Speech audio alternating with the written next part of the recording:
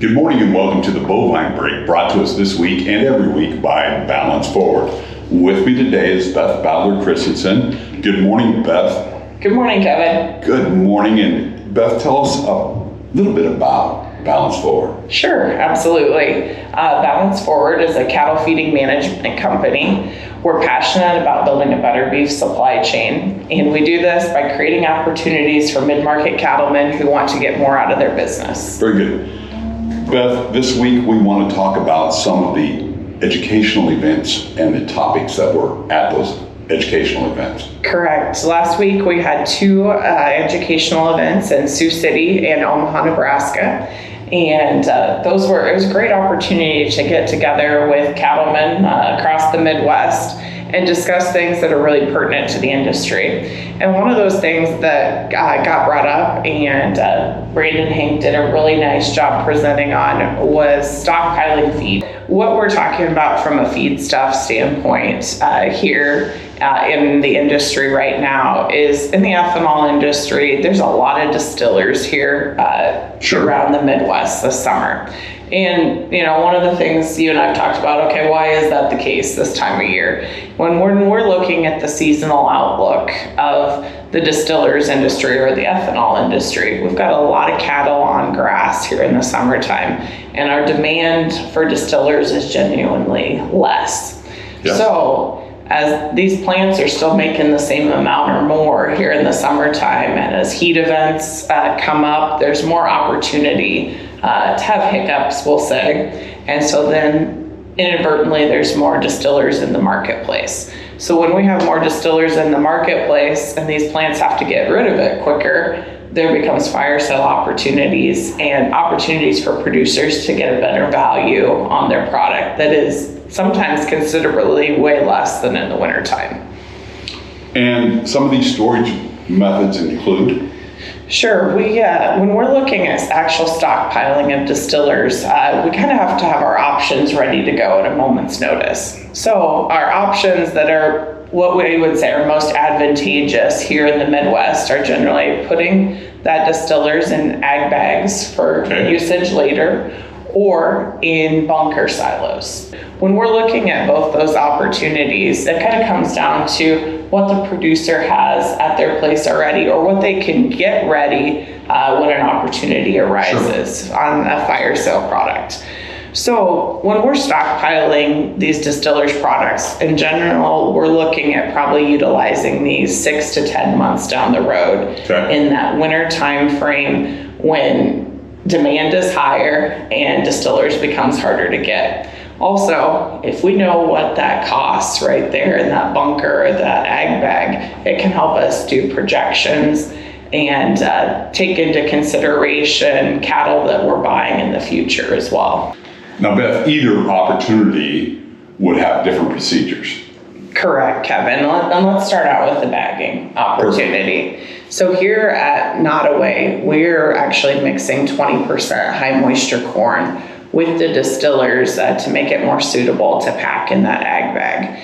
And so in our segments in the past, we talk a lot about consistency, and consistency is key when it comes to feeding cattle. So I want the product going into that bag to be the exact same coming out every time. It'll keep our cattle intakes consistent, and ultimately it helps the health of the animal if we're not doing the yo-yo effect as well. So when we're mixing that 20% high moisture corn, we've got other producers that are doing 10 to 15% hay into their mix.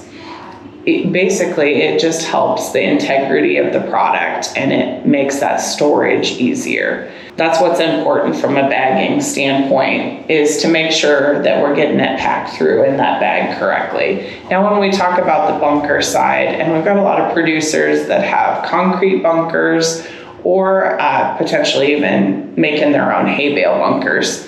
When we go to a hay bale bunker or a concrete bunker, either or, we need to get a really good base on that product. So whether we're mixing in hay or high moisture corn, getting the base packed correctly. And I tell producers, sometimes it's even double the packing of corn silage. but driving back and forth to get a good, really, really good pack on that product, we want the least amount of air as possible in there. Okay. In doing so, we can avoid mold, spoilage, inconsistency, all those things. And then at the end, once we have the pack done, getting that sealed, whether it's with syrup or with a tarp, is very, very important to avoid those issues down the line. Some of the considerations that go into this.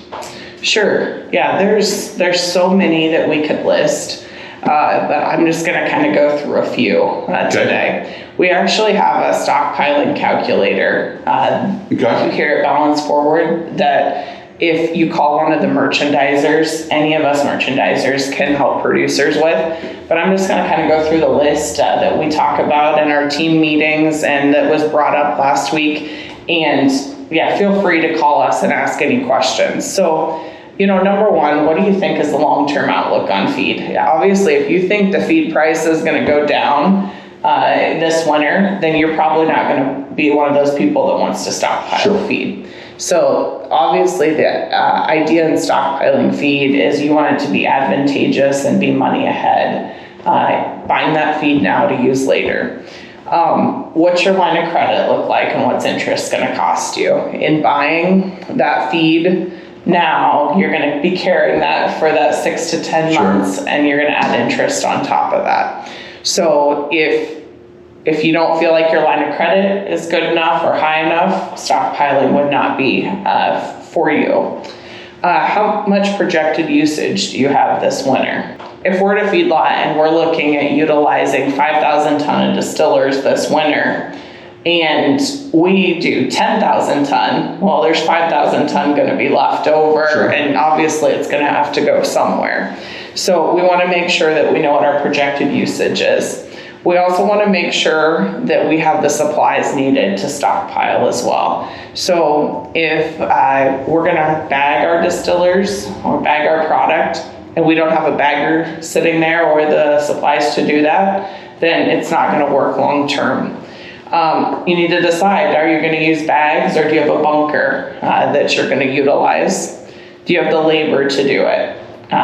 Do you have the people there that can take multiple loads a day and set things up to make things run? How many loads are you looking to take at a time? How many can you take in a day? When one of our merchandisers calls and says, hey, I've got 20 loads at this price, we've got to be ready to say yes or no, because those deals on these stockpiling situations don't come every day. So we got to have that strike price ready. And that's where our merchandisers can help producers figure out what that strike price is with our calculator. And if this does make sense for you or not. We understand that this isn't going to make sense for everybody, but if we plan ahead a little bit and we look at our options, this is an opportunity that can save producers a lot of money over the next year. So being ready, being prepared, and having having that strike price ready and being ready to execute at the end of it as well. Beth, to get a hold of you is easy. It's at 712-785-3766 at Balance Forward. And you can learn a lot about the products and the expertise from the merchandisers and experts at Balance Forward. Correct, Kevin. We'd be glad to chat with you. Get a hold of us here. We'd be glad to explain the stockpiling calculator and even further on the feedstuffs we have available and nutrition help that we can provide. Thank you. Again, this is the Balance Forward Bovine Break, brought to you each week by the good folks at Balance Forward.